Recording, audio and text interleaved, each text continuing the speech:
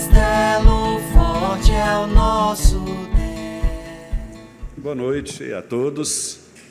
Que Deus possa, pela sua graça, continuar nos abençoando, não só neste momento de culto, mas também ao longo da nossa vida. E eu quero convidá-los a abrirem a palavra de Deus no Salmo 71. 7:1. Salmo 71. Nós vamos ler apenas 2 versículos deste salmo, os versículos 17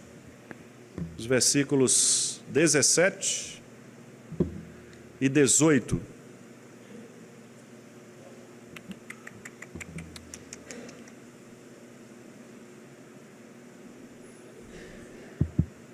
Versículos 17 e 18. Guardar só um minutinho, acho que o Alonso vai.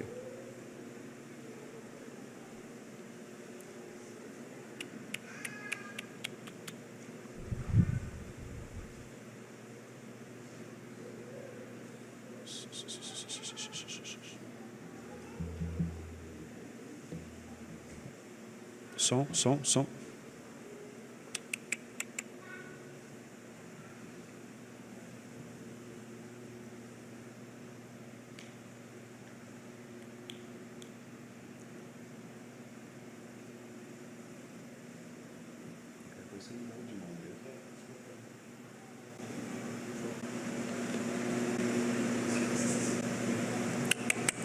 (17 e 18).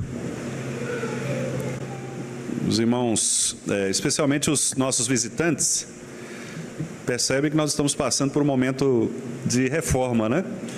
Então, essas novidades que têm acontecido, às vezes algum mau contato, algo assim, tem muito a ver com essa mudança, né? Porque os fios, né, foram todos mexidos, então às vezes uma coisa ou outra acaba alterando. Então, se acontecer algum estrondo aí no meio da mensagem, não se assuste, né? Nós estamos passando por esse momento de instabilidade, né? Graças a Deus que é só uma instabilidade técnica, nós estamos bem, não é, irmão Edson? Para a glória do Senhor, né? Estamos todos estáveis. Salmo 71, meus irmãos, como eu disse, nós vamos ler apenas os versículos 17 e 18. Diz assim a palavra do Senhor: Tu me tens ensinado, ó Deus, desde a minha mocidade, e até agora tenho anunciado as tuas maravilhas. Não me desampares, pois, ó Deus, até a minha velhice, e as canse, até que eu tenha declarado à presente geração a tua força, e às vindouras o teu poder. Vamos orar mais uma vez, meus irmãos. Pai Santo, muito obrigado porque nós estamos aqui nesta noite, dia que o Senhor escolheu para que o teu povo pudesse se reunir neste lugar, para louvar ao Senhor pelo dom da vida. Nós sabemos, ó Pai, que todo o culto que nós prestamos deve ser somente a Ti.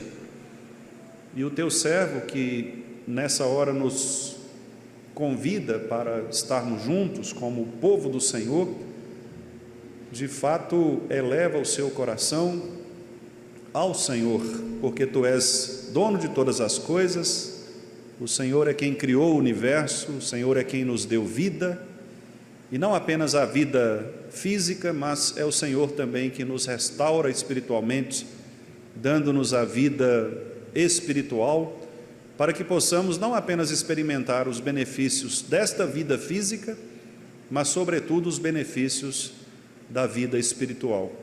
Por isso nós estamos aqui nesta noite, como já declaramos, inclusive, lendo a Tua palavra, orando, cantando ao Senhor.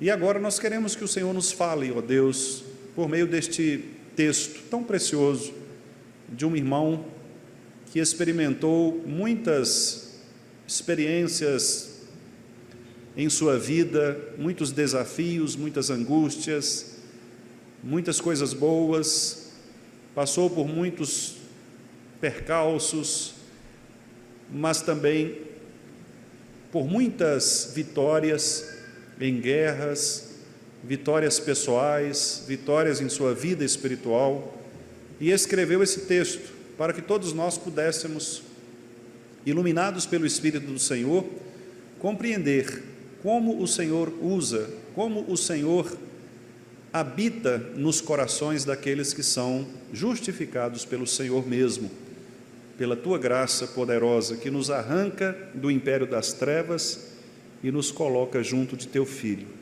Por isso nós te pedimos que o Senhor nos fale agora por estes 2 versos e que possamos, ó Deus, neste breve tempo de meditação na tua palavra, crescermos um pouco mais nesta compreensão daquilo que o Senhor requer de cada um de nós. Te pedimos esta bênção no nome de Jesus. Amém. Meus irmãos, embora não esteja identificado aqui tão claramente, nós consideramos que este texto, este salmo, foi escrito pelo rei Davi. O rei Davi, todos nós sabemos, foi o mais importante dos reis de Israel, aquele que recebeu de Deus toda a autoridade para reinar sobre o povo de Deus, inclusive para representar aquilo que o próprio Cristo faria sobre a sua igreja, o ofício real. Davi, como lemos nas Escrituras, é considerado um tipo de Cristo. Significa dizer que Davi foi aquele que apontou para Jesus e anunciou de maneira profética, messiânica, aquilo que o próprio Jesus haveria de fazer na sua vida terrena, bem como também na sua vida espiritual. Portanto, quando olhamos para o rei Davi, nós olhamos para um homem comum, um homem pecador, um homem de carne e osso como nós, um homem que experimentou muitas alegrias, afinal de contas ele era um rei, e como todo rei com seus privilégios, mas também um homem que enfrentou muitas dificuldades, não só no seu reinado. Aqueles que são leitores da Bíblia e que conhecem a história do rei Davi sabem que Davi foi um dos reis que mais precisou guerrear, tanto que na inauguração do templo, na construção e na inauguração do templo, Deus privou Davi de inaugurar o templo, deu a Salomão esta honra, este privilégio, e o argumento de Deus foi exatamente porque Davi havia derramado muito sangue. O reinado de Davi foi um reinado sangrento, um reinado de muitas lutas, de muitas guerras. Ele precisou fugir de muitos inimigos, ele precisou fugir dos inimigos de Israel, mas precisou fugir também dos inimigos daquilo que ele mesmo disse, da sua própria casa. Ele chegou a dizer num dos salmos que os piores inimigos não eram os externos, eram aqueles da sua própria casa. Aliás, o seu próprio filho se levantou contra ele, e não raras vezes ele precisou fugir e se esconder do seu próprio filho, que queria dar um golpe para tomar ali o reinado do seu pai. Davi enfrentou problemas também no campo espiritual. Basta você ler os salmos escritos por ele, você vai perceber que Davi tinha crises constantes de angústias profundas. Talvez hoje nós classificaríamos essas angústias como um estado quase que crônico de depressão, uma depressão que era motivada por estas ansiedades que vinham sobre o coração de Davi, ansiedades que o deixavam depressivo. Em alguns salmos, por exemplo, Davi chega a dizer que ele não tinha condições de dormir.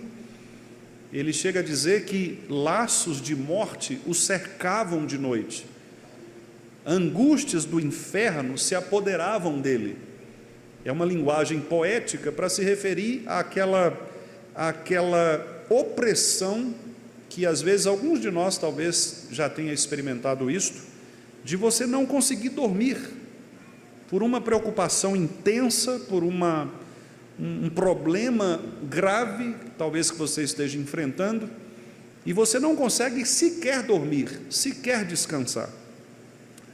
Davi era um homem que experimentava, em alguns momentos, até mesmo a dúvida da presença de Deus. Ele tinha algumas crises de fé, não no sentido de afastar-se de Deus para uma apostasia, mas em algum momento ele chegava a dizer: Senhor, por que que o Senhor virou o rosto contra mim? Onde está o Senhor? Onde está o Senhor? Por que o Senhor não fala mais comigo?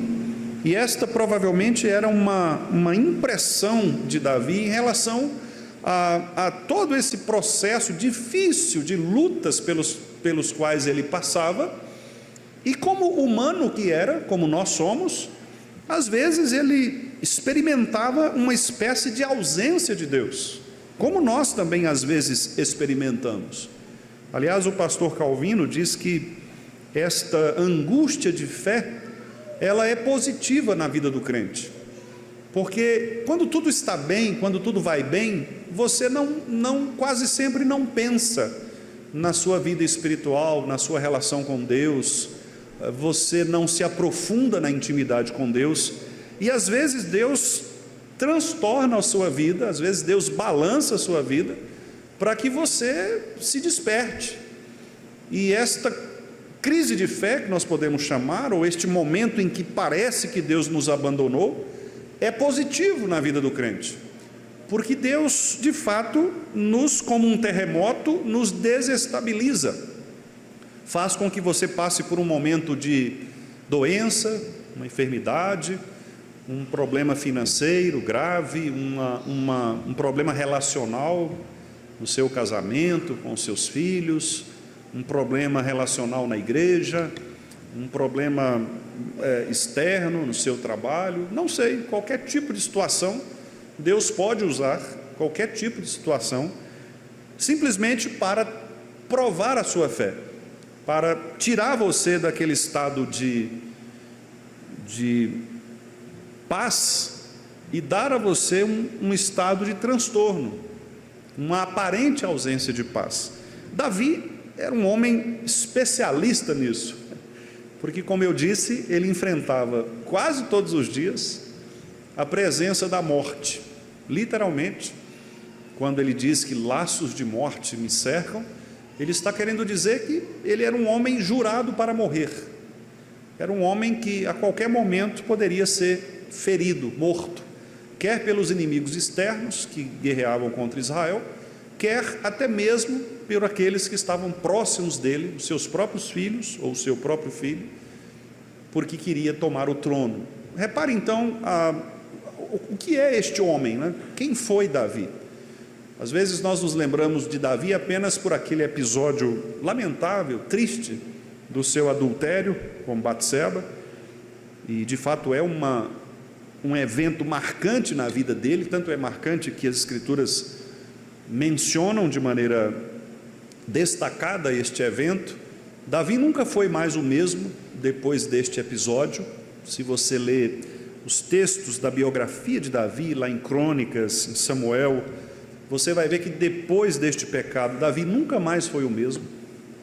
Ele se tornou um rei com alguns problemas, com algumas dificuldades, obviamente não porque Deus não o tenha perdoado, Deus o perdoou, mas talvez a mancha, a consequência do pecado tenha ficado sobre a vida dele, tanto do ponto de vista do próprio povo, que não mais via o rei com aquela imagem de um rei que era nobre, mas agora um rei manchado pelo seu próprio erro.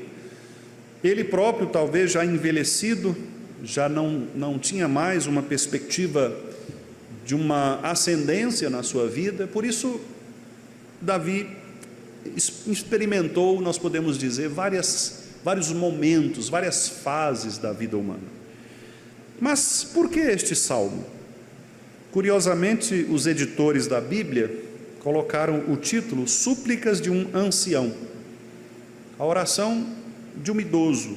Ancião, na Bíblia, quase sempre se refere a uma pessoa experiente, uma pessoa já mais velha, que passou por várias situações na sua vida e que pode agora, de certa maneira, oferecer a sua palavra de sabedoria.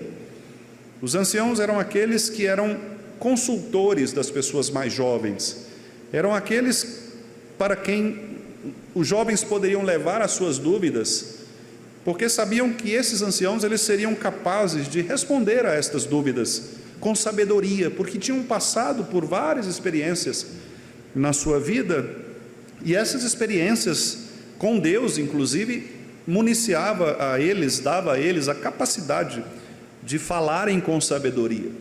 Portanto, este salmo é um salmo de sabedoria. É um texto no qual Davi faz uma oração. Nessa oração, ele clama a Deus para que não o abandone, e ele faz algumas declarações muito interessantes, como esta, dos versículos 17 e 18 que nós acabamos de ler. Aqui nós vamos ver a fidelidade de Deus e o testemunho da vida de um homem justo diante de Deus. Justo não por causa da sua própria justiça. Eu acabei de dizer a vocês que Davi teve marcas importantes na sua vida, de erros cometidos, mas justo porque todos aqueles que reconhecem a justiça de Deus em Cristo Jesus, estes são tornados justos. Significa que Deus declarou Davi um homem justo. Não é à toa que nós lemos na sua biografia que ele era o homem segundo o coração de Deus, para significar que Davi, apesar de todos os seus pecados, como nós os temos, Deus o havia escolhido para fazer dele e por meio dele uma geração abençoada, uma geração que temia ao Senhor. E aqui, meus irmãos, nós percebemos uma oração e um cântico de confiança em Deus, uma confiança de alguém que, já numa idade mais avançada, percebe a atuação da graça de Deus em sua vida, percebe que Deus não o abandonou, mesmo em momentos difíceis, delicados, como estes que eu citei agora há pouco. Mas ele diz aqui no versículo: ó Deus, tu tens me ensinado desde a juventude. No versículo 17, tu tens me ensinado desde a minha juventude, desde a minha mocidade. Observe que aqui o salmista reconhece que desde tempos antigos, passados, é Deus quem vem sendo o seu mestre, o seu guia. Ele reflete aqui sobre tudo aquilo que Deus fez continuamente na sua vida. E é interessante porque o verbo tens ensinado é um verbo que apresenta um tempo presente, ou seja, Deus continua ensinando, mas ao mesmo tempo o tempo verbal tens ensinado, que é um particípio, aponta para uma ação que já foi feita no passado e que vem sendo feita no passado. O Senhor tem ensinado desde lá atrás, desde muito tempo, e continua ensinando. Quer dizer, esta confiança que o salmista representa é de fato uma marca da presença constante de Deus na vida daquele que ele escolhe para fazer nessa vida algo importante, algo significativo. Nós podemos dizer que a vida daqueles que confiam em Deus é uma vida marcada pela fidelidade de Deus, não uma fidelidade da própria pessoa, porque Davi caiu, Davi pecou muitas vezes, não só no evento de Batseba, mas em outros eventos, em outros momentos. Davi pecou contra o Senhor, mas a fidelidade de Deus é quem sustentava Davi, desde a juventude até a velhice. Nós temos, portanto, aqui o testemunho de um homem, servo de Deus, fiel ao Senhor, que reconhece a fidelidade de Deus em todas as estações da sua vida, seja na sua infância, na sua adolescência, na sua juventude, e mesmo aqueles que foram alcançados por Deus num tempo futuro. Eu não sei, talvez alguns de vocês aqui passaram por essa experiência de terem sido tocados pelo Espírito Santo de Cristo já num tempo mais avançado de sua idade, já na sua fase adulta, por exemplo, mas ainda assim, todo aquele período anterior de sua infância, de sua juventude, É Deus quem estava te guardando, é Deus quem estava guiando a sua vida. E por mais que você talvez não perceba um ponto no qual Deus falava para você, ou Deus dirigia a sua vida, Ele estava ali presente, conduzindo toda a sua vida para este momento significativo de sua conversão.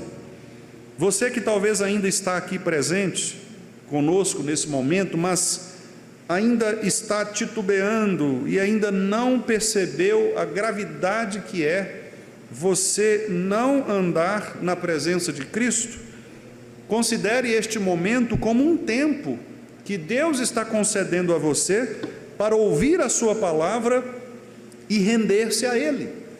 Considere este momento como um chamado de Deus, porque Deus, meus amados irmãos, Ele não faz as coisas de maneira abrupta, Ele não faz algo sem um planejamento. Deus é um Deus de harmonia, um Deus de planos, de projetos, e é por isso que Ele usou a vida de Davi continuamente, quer seja nos momentos de glória de Davi e suas vitórias, mas também nos momentos de queda, nos momentos de aflição, de perseguição, de angústia, de dor. Deus está presente em todos os momentos. Não à toa Ele escreveu no Salmo 23, ainda que eu ande no vale da sombra da morte, o Senhor estará comigo ali. Davi reconhecia que a presença de Deus com ele era constante, e por isso ele diz: tu me tens ensinado desde a mocidade. E repare que o versículo 17 diz: e até agora tenho anunciado as tuas maravilhas. Esse é o testemunho fiel de alguém que é alcançado por esta graça. Aquele que é alcançado pela graça de Cristo, ele dá testemunho da verdade. Repare que em primeiro momento Davi diz: o Senhor me ensina, e num segundo momento ele diz: eu anuncio o que o Senhor me ensinou. Repare que é um movimento, irmãos, muito claro daquele que foi alcançado pela graça do Senhor. Alguém que é alcançado pela graça do Senhor não guarda para si mesmo as verdades da salvação, ele anuncia para os outros. No outro salmo, Davi diz: cantai ao Senhor um cântico novo, anunciai entre as nações a sua glória, os seus feitos. O crente, quando ele recebe a sua mudança de vida por meio do Espírito Santo, ele reconhece que isto é ensino de Deus para a sua vida, e ao mesmo tempo é o material com o qual ele vai agora anunciar as maravilhas deste Deus para as demais pessoas. Por isso, uma vida cristã sem testemunho da verdade é uma incoerência. Você deve desconfiar de todas aquelas pessoas que dizem ser cristãs, mas cuja vida é uma vida que não demonstra nenhuma diferença em relação à vida comum das demais pessoas. Você deve desconfiar de alguém que diz: eu sou evangélico, eu sou crente, eu sou membro de uma igreja protestante, e vive uma vida que não tem nenhuma marca que caracterize esta mudança. Repare que aqui Davi está mostrando as duas coisas na mesma medida. Se por um lado é Deus quem o ensina, por outro lado é Ele quem anuncia as maravilhas do Senhor.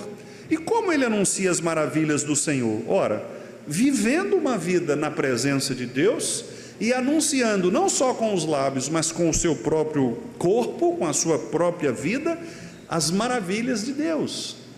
Portanto, irmãos, o testemunho cristão é uma das maneiras mais poderosas de alguém anunciar o Evangelho a outros. Talvez você esteja aqui nesta noite presente, você da família do irmão Edson, talvez você já foi inclusive de uma igreja evangélica, e talvez você não tenha ido mais a esta igreja, porque você talvez se decepcionou com alguém, porque você olhou para aquela pessoa e disse: olha, para ser crente como aquele fulano, eu prefiro não ser crente. Para ser crente como aquela pessoa, aquele familiar, eu não quero ser crente. E algumas pessoas tentam justificar, dizendo: não, nós não podemos olhar para as pessoas, nós temos que olhar para Jesus. Sim, isto é verdade do ponto de vista final. De fato, as pessoas são pecadoras e todas elas vão pecar. E é fato que nós temos de olhar finalmente para Jesus. Mas isto não deve ser desculpa, meus irmãos, para que nós crentes não apresentemos um testemunho vivo da mudança de Deus em nossas vidas. Então, os crentes devem viver um bom testemunho do Evangelho. Os não crentes precisam observar estes que dão bom testemunho do Evangelho, porque aqueles que não dão bom testemunho do Evangelho, talvez nem crente eles sejam. E talvez você se decepcionou com uma pessoa que você pensava ser cristã, quando na verdade ela não era cristã. E a sua decepção se deu por uma razão óbvia. Você estava diante de um ímpio, que impiamente vivia a sua vida e que, portanto, não dava a você o testemunho real da transformação que Deus faz na vida de alguém. Então, se você passou por esse processo, eu quero desafiá-lo a repensar sobre isso e a passar a olhar para as pessoas que verdadeiramente são crentes em Jesus. Porque as pessoas que são verdadeiramente crentes em Jesus, elas dão um bom testemunho. Elas são infalíveis? Óbvio que não. Elas são pecadoras, e você vai perceber os pecados delas, mas ao mesmo tempo você vai perceber a luta constante delas contra este pecado. Elas vão caminhar com você, ajudando você a construir uma jornada cristã autêntica.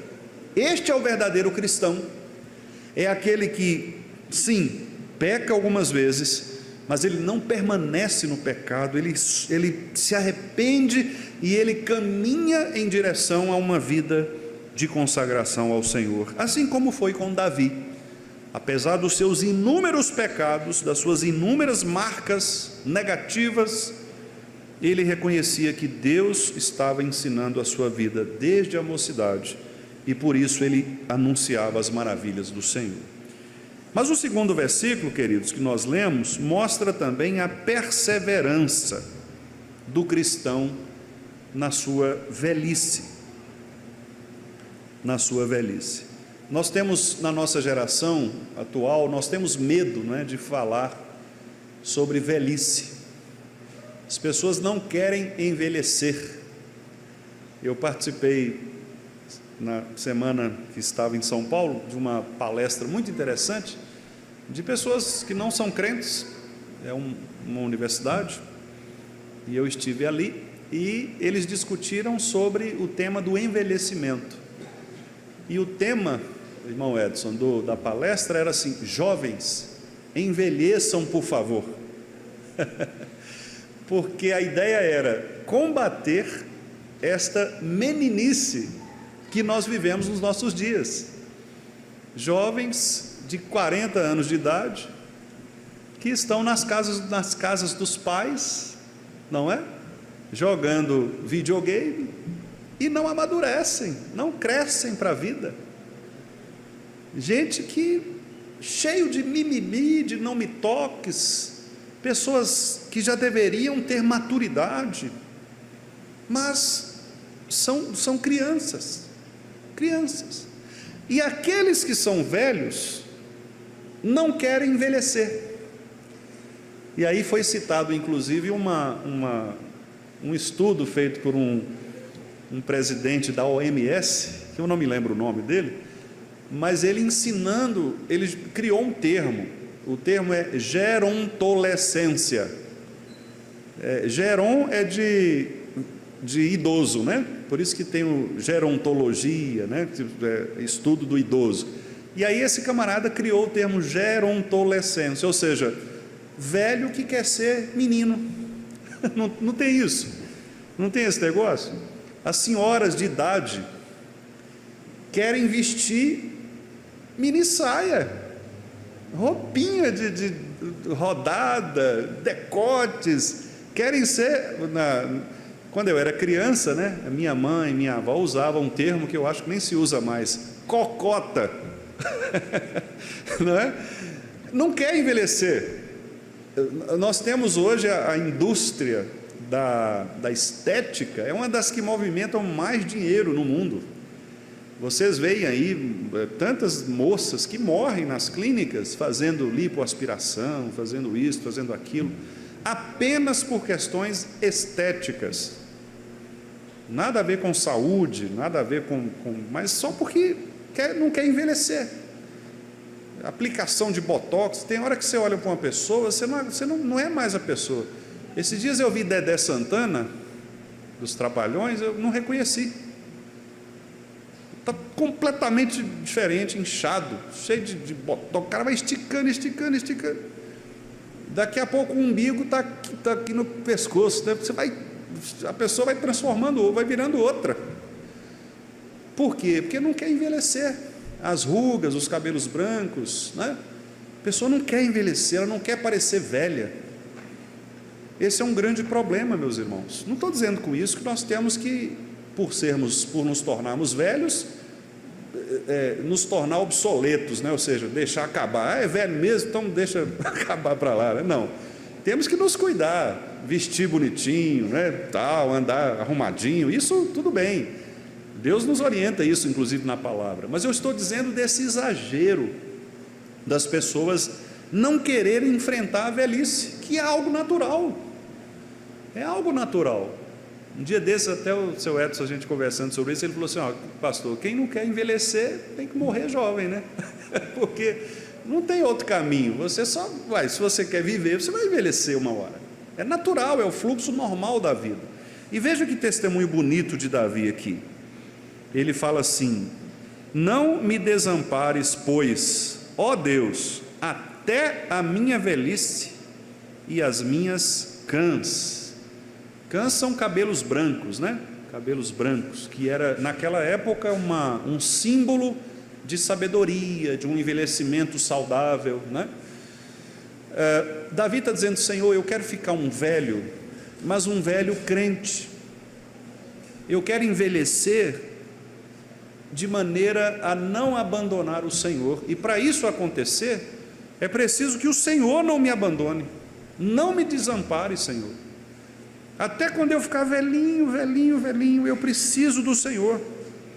O salmista aqui, meus irmãos, reconhecendo que Deus é quem haverá de sustentá-lo. E é interessante que o envelhecimento aqui, ele não é visto como uma fraqueza. Observe bem isso. Não é uma fraqueza, pelo contrário, é uma grande oportunidade de você continuar confiando no Senhor. Não me desampares, ó Deus. A velhice é o momento da maturidade, é o momento em que o cristão, ele consolida a sua dependência de Deus, porque no envelhecimento, conforme diz Salomão, quando os dentes da boca começarem a faltar, né? Quando os olhos já não conseguirem mais enxergar, as cataratas da vida, né, irmão José Sabino? Quando as cataratas começarem a tampar os olhos, né? Quando os dentes começarem a enfraquecer, você vai comer um pedaço de rapadura e quando você tira o dente foi junto com a rapadura. Quando essas coisas começarem a acontecer, louvado seja Deus, é o momento da velhice. O importante é você passar por esse momento sabendo que você está seguro nas mãos de Deus, que é aquele que te criou, que sustentou sua vida ao longo de toda a sua juventude e que permanece com você. Você não está sozinho. É uma pena, meus irmãos, e eu lamento muito quando os idosos, eles são vistos como refugos, né? Como pessoas que já não servem mais, gente que está ultrapassada. Às vezes tem até alguns idosos que colaboram com isso, né? Porque acabam se tornando também muito chatos, né? No sentido de pessoas que não conseguem mais conviver. Eu me lembro de algumas pessoas assim, né? A pessoa vai ficando idosa, ela não quer mais receber ninguém, não quer mais conversar com ninguém, fica ali no mundo dele, e a gente tem que respeitar, às vezes, tem que respeitar essa ausência, essa retirada, né? Isso faz parte também da vida da pessoa, e a gente tem que respeitar. Mas em geral, nós que somos mais jovens, né, que não chegamos ainda na fase daquilo que chamamos e consideramos de velhice, nós temos que cuidar dos nossos irmãos mais velhos, das pessoas idosas, ensinar os nossos filhos a amar esses irmãos, a respeitá-los, a conviver com eles, a pedir conselho para eles, né? Porque esta geração, como eu disse, é uma geração que perdeu este senso de autoridade, de respeito, de reverência por estas cãs, estes cabelos brancos, que representam sim sabedoria. E veja que interessante agora, para encerrar, o final do versículo 18, a segunda parte, né? Veja o que Davi pede a Deus. Ele fala: não me desampares, e ele diz assim: até que eu tenha declarado à presente geração a tua força. Eu acho muito interessante esse trecho, porque eu já ouvi de alguns irmãos idosos o seguinte: ah, pastor, eu já trabalhei demais na igreja, estou cansado, não tem mais o que fazer não, agora eu vou descansar, vou aposentar da igreja. Uai, não é isso que Davi está falando aqui. Pelo contrário, Davi está dizendo: até que eu tenha declarado a tua força à presente geração. Ou seja, é um irmão que está disposto a continuar servindo mesmo na velhice. A velhice não te aposenta de Deus. Tudo bem, você pode até reduzir as suas atividades, né, por uma questão natural, uma questão física. É óbvio que você não vai ter mais o mesmo vigor de pessoas na sua juventude, isso é claro. Talvez o seu tempo, a sua necessidade de descanso, de locomoção, todas essas coisas fazem parte da vida adulta, da velhice. Mas não significa dizer que você não possa contribuir. E os irmãos podem perceber que é uma tendência, às vezes, das nossas igrejas, de não colocar estes irmãos mais à frente, à liderança. E esse, meus irmãos, é um erro, é um grande problema. A renovação, ela é importante, e nós precisamos sim renovar a liderança. Mas os irmãos se lembram quando Moisés, ele precisou fazer isto, ele foi consultar alguém que era mais velho do que ele, Jetro, seu sogro. E Jetro disse: Moisés, você precisa descentralizar a sua liderança, e você precisa escolher pessoas sábias, gente idosa, gente que já tem um nível de autoridade, de experiência, para liderar os grupos. E Moisés atendeu ao seu sogro, fez exatamente como ele havia destinado, e tudo deu certo. As coisas melhoraram muito, porque ele estava sobrecarregado. Às vezes nós temos a tendência de dizer: ah, não, esse irmão já passou, esse irmão já não serve mais. Mas, meus irmãos, é na velhice. Há um outro salmo que diz: na velhice darão frutos. Na velhice eles vão continuar dando frutos. Talvez você não tenha condições, como eu disse, de fazer algumas coisas. Por exemplo, talvez você não tenha condições mais de cantar aqui na música. Ué, pastor, como assim? Não, porque a velhice ela traz algumas dificuldades para as pregas vocais, né? Depois vocês podem conversar aí com quem entende da área. É natural que haja mesmo uma perda vocal, que haja uma perda de domínio da voz, amplitude, né, vocal, tons mais agudos, tons mais graves. Isso é normal. Talvez você não precise fazer isso, mas você pode fazer outra coisa. Na igreja não tem só cantar, você pode fazer outra coisa, e útil inclusive. Quem sabe você pode pastorear as pessoas mais jovens, criar quem sabe alguns grupos de oração, criar quem sabe alguns grupos de leitura bíblica, de estudo bíblico. Olha que coisa boa.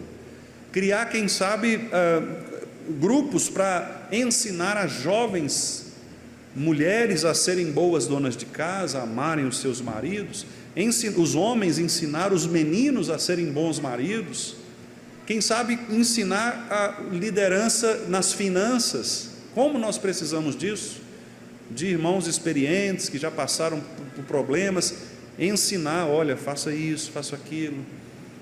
A gente vê isso muito, né, na história do futebol. Tem alguns técnicos que ficaram conhecidos no futebol por orientarem os meninos que subiam da base, né? Um deles é o Tele Santana, né? Alguns de vocês já devem ter ouvido falar sobre isso, né? O Tele, ele quando subia os jovens da base para o profissional, ele praticamente administrava o salário, né, dos jogadores, dizendo: ó, primeiro você tem que comprar uma casa para os seus pais, né? Depois você compra uma casa para você, depois você começa a querer gastar com você, né? Ou seja, os mais velhos orientando os mais jovens. Então, meus irmãos, é muito interessante isto, porque aqui a gente percebe que o salmista, ele tem a compreensão muito clara de que Deus tem um propósito para a sua vida.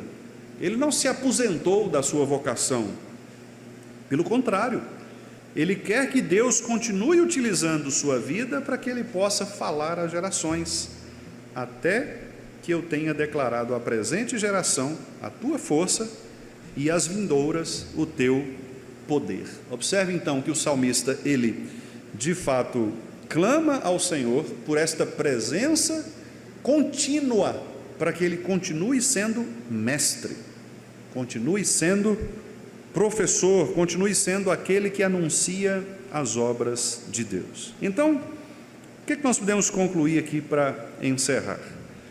Nós sabemos, irmãos, primeiramente quanto aos irmãos idosos que estão aqui, né? Os visitantes, os convidados, aqueles que nos ouvem também, não tem para Deus o tempo é insignificante. Não interessa se você tem 60, 65, 70, 73, 80, 90, não interessa. Se você está vivo, é porque a sua vida está sendo mantida por este Deus que te criou, e portanto você deve glorificá-lo, deve adorá-lo, deve louvá-lo pelo tempo que ele te tem sustentado aqui nesta terra. Outra implicação importante é que não importa se você tenha 60, 65, 80, 90, 99, não importa. Se você está vivo, Deus quer que você se coloque como instrumento dele, para que ele utilize a sua vida para a edificação de outros. Você está aqui, você está vivo, então viva para a glória de Deus. Faça aquilo que Deus ordenou que você fizesse. Continue, mesmo nas suas limitações, caminhando conforme Deus quer, cumprindo assim a ordem dele. A terceira implicação é para nós todos. Talvez os mais jovens, adolescentes, crianças aqui, os adultos de meia idade. A velhice, meus caros, chegará. Hoje você está aí, quem sabe, numa vida tranquila, na sua juventude, você consegue correr, consegue pular, consegue fazer coisas inimagináveis, mas a velhice vai chegar. Um dia você não mais conseguirá fazer as coisas que você consegue fazer hoje. Sua memória vai falhar, os seus joelhos já não mais terão força para subir com tanta velocidade as escadas, as rampas. Você não vai ter condições de pegar coisas pesadas nos seus braços. Talvez você precisará ficar numa cadeira de rodas para que alguém empurre você, conduza você. Talvez você tenha que ficar num leito mesmo, ali, quem sabe, parado. São coisas que acontecem, são situações que advêm sobre nós. Então, não perca a oportunidade de viver o agora na presença do Senhor. Especialmente você que está aqui nesta noite e que ainda não entregou a sua vida para Jesus, não perca tempo. Não pense que o tempo é uma coisa que... Não, você não sabe o dia de amanhã. Você não sabe o dia de amanhã. Hoje o irmão Romar me enviou uma mensagem pedindo que nós orássemos pelo Davi, pai da Mayra, que sofreu um infarto. Não é isso, irmão Romar? Então, assim, a vida é assim. Às vezes você está bem, daqui a pouco você não está mais. um AVC, um infarto, um acidente, quem sabe? Não sabemos. Então, se você está aqui nesta noite, participando deste culto tão festivo, tão alegre, é a sua hora. Não deixe para depois. Eu tenho certeza que o testemunho do nosso irmão presbítero Edson, nesta noite, é um testemunho que nos leva a pensar sobre isto. Porque Deus deu a ele 73 anos de vida. Deus o conduziu até aqui, para que nós pudéssemos juntos, com alegria, louvarmos ao Senhor pela vida dele. Mas eu tenho certeza de que as palavras que eu estou dizendo a vocês aqui agora, ele as diria e dirá também, porque ele sabe o quanto é importante entregar sua vida para Jesus, o quanto é importante viver na presença de Deus, o quanto é importante reconhecer como Davi: tu me tens ensinado, ó Deus, desde a minha mocidade, e até agora tenho anunciado as tuas maravilhas. Não me desampares, pois, ó Deus, até a minha velhice e as minhas cãs, até que eu tenha declarado à presente geração a tua força e às vindouras o teu poder. Que Deus nos abençoe, que Deus nos guarde e que Deus nos fortaleça, todos nós, desde o mais novo até o mais idoso, para que reconheçamos que tudo o que temos e somos vem do Senhor. Nós dependemos dele, dependemos da sua maravilhosa graça, e é por isso que nós o adoramos, é por isso que nós agradecemos por tudo aquilo que ele nos dá. Que Deus nos abençoe e permaneça conosco.